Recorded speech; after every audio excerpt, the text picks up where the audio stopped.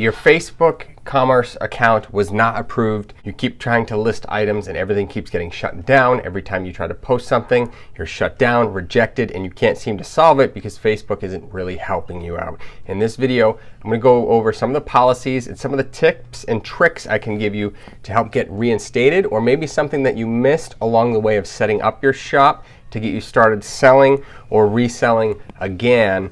Just stick around to the end of this video because I also have a bonus giveaway. At the end of this video, I'm giving away a copy of YouTube Formula by Daryl Eves. When we get to 1,500 subscribers, all you got to do is leave a comment and subscribe to this video down below.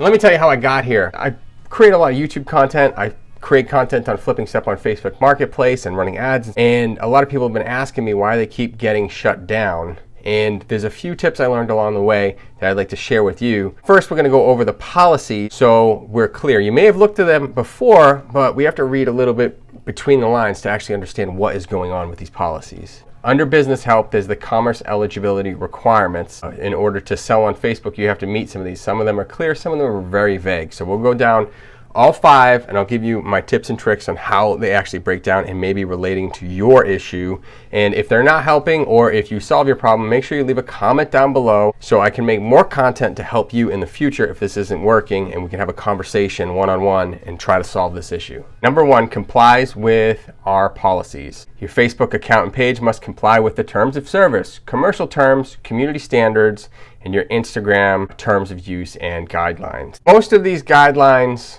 don't really cause issues. With your terms of use and community standards should be very simple. You're not doing anything that violates, that is criminal, any intent like that, it's not going to fly. If you have anything like that associated with your page, that could be one reason it's not actually working out. Community guidelines too is you can't, obviously, the big thing is nothing racy and nothing stolen. Same with your merchant agreement and your commerce policies. I made another video about all of the areas at which you might be getting flagged when you post something.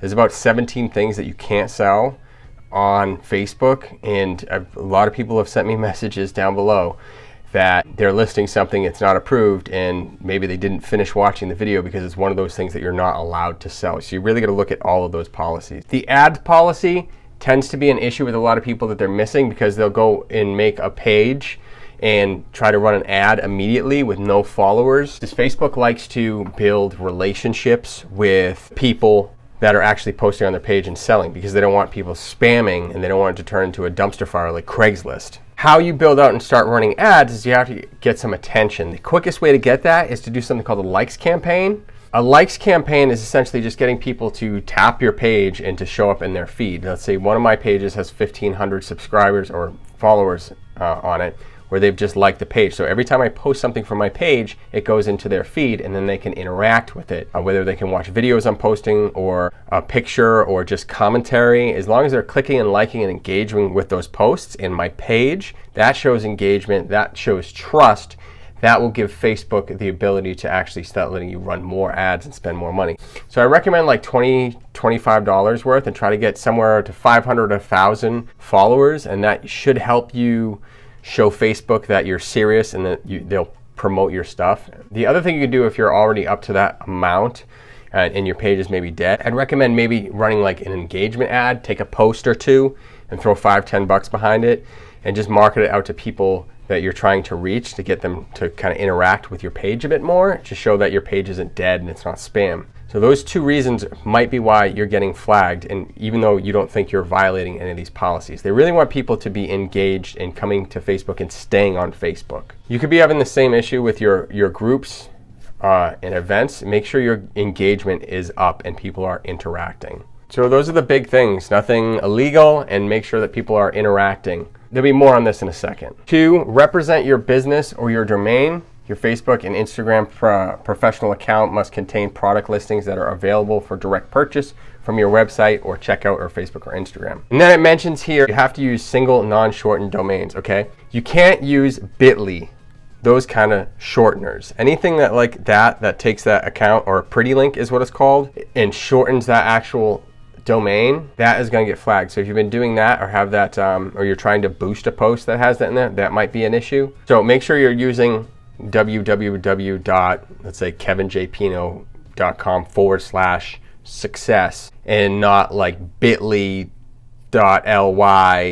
success. That will get flagged. So those are simple fixes if you're using that strategy. Get rid of the pretty links, no shorteners, just use the actual URL, and that you actually own the URL and it's going to a legitimate finished page. Make sure that you have all your legalese, links on the bottom of the page, any things with cookies relative to that it has to be specific to your page if that is your own website. 3, I get this a lot from people all around the world, and it's be located in a supported market, and many of these people aren't. A lot of you guys are in the United States. I've gotten comments from California, from Michigan, Missouri, Florida, all over the place. Thank you for commenting. But some people will be commenting from, let's say, India or Pakistan or just any other country around the world. And unfortunately, in some of these markets, it's just not supported yet. It is expanding, especially now that Facebook is now Meta and expanding to multiple businesses. They might open this up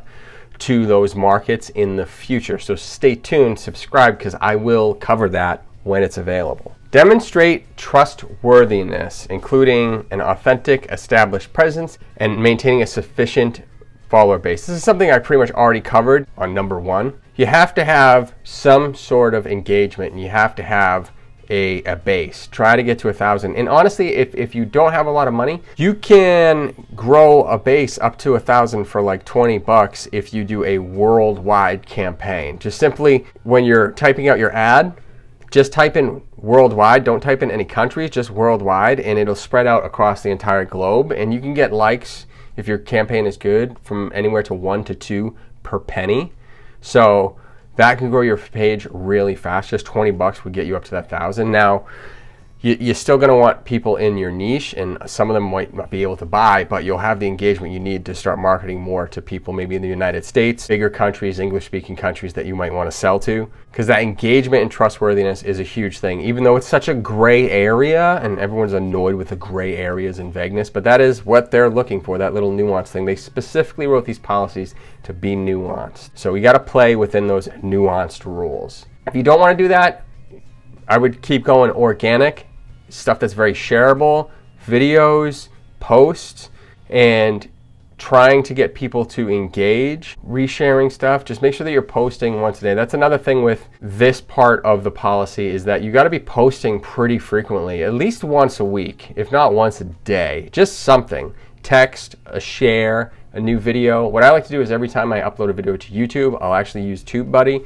and I'll upload it to Facebook as well. So I'll have both those 2 split audiences going at the same time. So you might actually, if you're seeing this on Facebook, there's a version of this that's on YouTube, and vice versa. If you're on YouTube, there's a version of this on Facebook. That keeps everyone engaged. Number 5, provide accurate information and follow best practices. This goes actually, this is like reiterating everything that was in 1. You can't be selling anything that's misleading. You can't sell anything that is fake, or you can't actually sell animals. You can sell animal products, but not like furs and stuff like that. You know, dog kennels, leashes you can sell, and you can even sell cars on here. I'm going to have a video on cars coming up very, very soon. It's actually a great place to do that if you want to do a private sale. In regards to your pictures, these algorithms are very, very smart. They can pick up everything that is in your picture, down to the minute detail. I use the Google Cloud for a lot of my thumbnails, and there's this vision tool that'll actually pick apart everything that is in my thumbnail, and even down to like facial hair. It'll list that I have facial hair. I don't have much facial hair.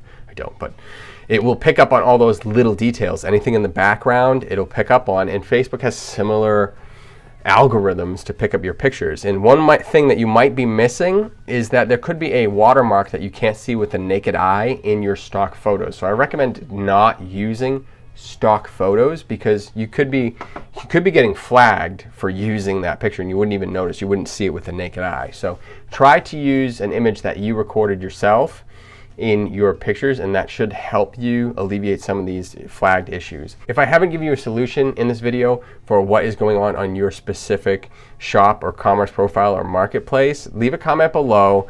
Explain to me what is going on. I'll get back to you as soon as I can. I'll dig into this stuff. I don't mind digging into this stuff and learning new things and sharing the information with you one-on-one. If you're new, look at any of my Facebook videos or any of my videos and go down in the comment section and look. Sometimes there's conversations going on that might have an answer already, or a new piece of content may be coming to actually answer that. I'll make it specifically for people that are looking for this content. So what you can do now, click on the video on the screen. That is a video to show you how to run a likes campaign to help you get started growing your audience. And I'll see you in the next video.